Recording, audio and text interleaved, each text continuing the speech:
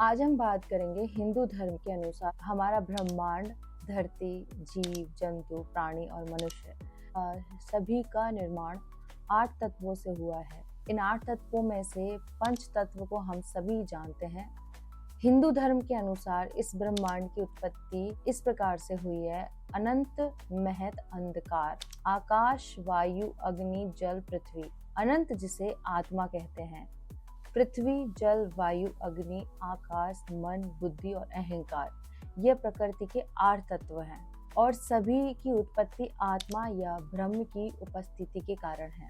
आकाश के पश्चात वायु, वायु के पश्चात अग्नि, अग्नि के पश्चात जल, जल के पश्चात पृथ्वी और पृथ्वी से औषधि और औषधियों से अन्न, अन्न से वीर्य, वीर्य से पुरुष अर्थात शरीर उत्पन्न होता है।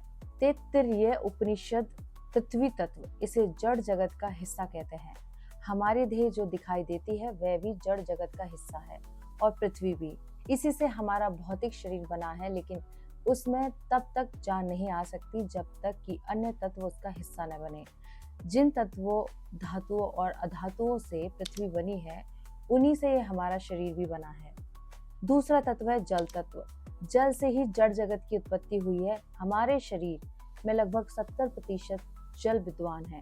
उसी तरह जिस तरह की धरती पर जल विद्वान है, जितने भी तरल तत्व जो शरीर और इस धरती में बह रहे हैं वो सब जल तत्व ही हैं, चाहे वो पानी हो, खून हो, वसा हो, शरीर में बनने वाले सभी तरह के रस और एंजाइम हो। तीसरा तत्व है अग्नि तत्व। अग्नि से जल की उत्पत्ति मानी गई है।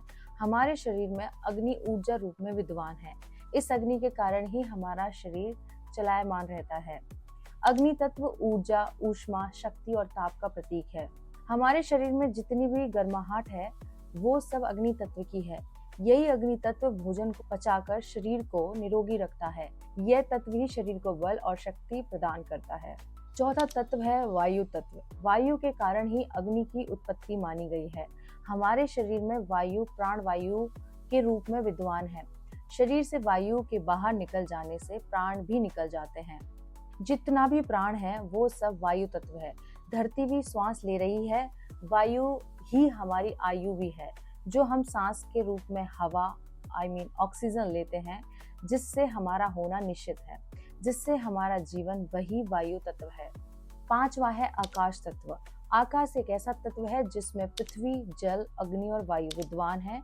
ये आकाश ही हमारे भीतर आत्मा का वाहक है।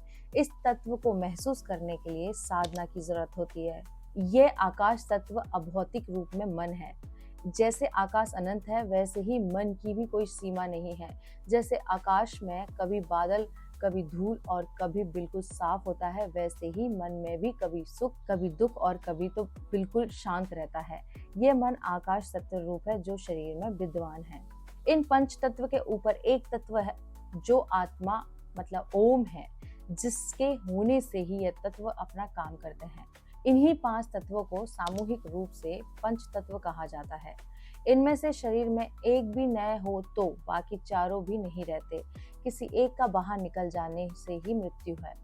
आत्मा को प्रकट जगत में होने के लिए इन्हीं पंच तत्वों की आवश्यकता होती है।